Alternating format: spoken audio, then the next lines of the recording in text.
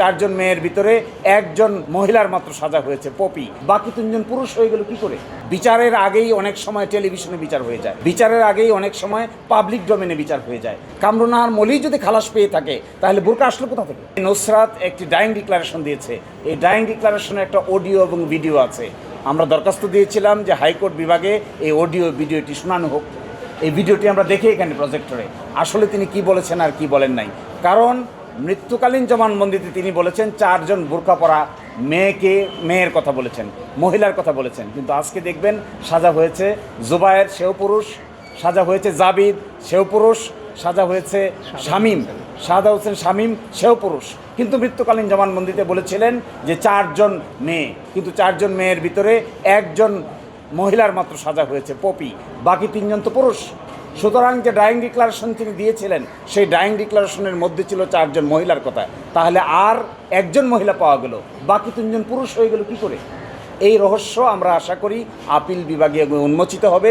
CCTV ক্যামেরার footage যদি আদালতে আনা হতো, আমাদের ধারণা এই মামলার বেসিক গ্রাউন্ড এবং argument could have been different. আমরা আশা করি আমার যে আসামি আরেকজন আছেন জুবায়ের, সাইফুর রহমান জুবায়ের, তার জন্য আমরা আপিল আদালতে গিয়ে বাকি ন্যায় বিচার পাবো। মিডিয়া ট্রায়ালের ব্যাপারে কোনো অবজারভেশন দেয় নাই, কিন্তু আমি আগে থেকেই বলেছি, এখনও বলছি, যদি অতিমাত্রায় কোনো ক্রিমিনাল কেসের মিডিয়া ট্রায়াল হয় তাহলে অনেক সময় নিম্ন আদালতের বিচারকদের জন্য সঠিক সিদ্ধান্ত নেওয়াটা কঠিন হয়ে দাঁড়ায়। That is what is media trial. বিচারের আগেই অনেক সময় টেলিভিশনে বিচার হয়ে যায়, বিচারের আগেই অনেক সময় পাবলিক ডোমেনে বিচার হয়ে যায়। এগুলো হলে প্রকৃত অর্থে ন্যায় বিচার ক্ষতিগ্রস্ত হয়। এখানে দেখেন না, অতিমাত্রায় মিডিয়া ট্রায়াল হওয়ার কারণে 16 জন মানুষকে ফাঁসি দিয়েছে, হাইকোর্ট ডিভিশনে এসে 10 জনই খালাস পেয়ে গেছে। আর যে বাকি 6 জন নিয়েছে তার মধ্যে মাত্র 2 জনের মৃত্যুদণ্ড বহাল রেখেছে। এবং তাও বলেছেন হাইকোর্ট বিভাগ যে ওই সংশ্লিষ্ট বিচারিক আদালতের বিচারিক ক্ষমতাকে কেড়ে নিয়েছে। ডাইং ডিক্লারেশনে বলা আছে বোরকা পরা 4 জন মেয়ে, যদি তাই হয়ে থাকে তাহলে আজকে যে সাজা হয়েছে তার মধ্যে 3 জনই পুরুষ, বাকি একজন কোথায় গেল? যে বোরকার কথা বলা হচ্ছে, এই বোরকা যাদের কাছ থেকে কিনে আনা হচ্ছে তারা এই বোরকাকে করবরেট করে নাই।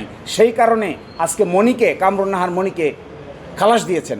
কামরুন নাহার মনি হলে বোরকা কেনার দায়িত্বে ছিলেন বলে এলিগেশন। কামরুন নাহার মলি যদি খালাস পেয়ে থাকে তাহলে বোরকা আসলো কোথা থেকে? এই বোরকা কোথা থেকে বাই করা হলো? কামরুন নাহার মনির দায়িত্ব হলো বোরকা কেনার। দেখা গেছে যেদিন কনস্পিরেসি হওয়ার কথা তার 2 দিন আগে বোরকা হয়ে গেছে। এই বোরকার যে সব থেকে কেনা হয়েছে তাদেরকে এখানে সাক্ষী করা হয়েছে, তারা কামরুন নাহার মনিকে চিনেই নেই। যদি না চিনে থাকে এই জন্য কামরুন নাহার মনিকে এখান থেকে খালাস দেওয়া হয়েছে।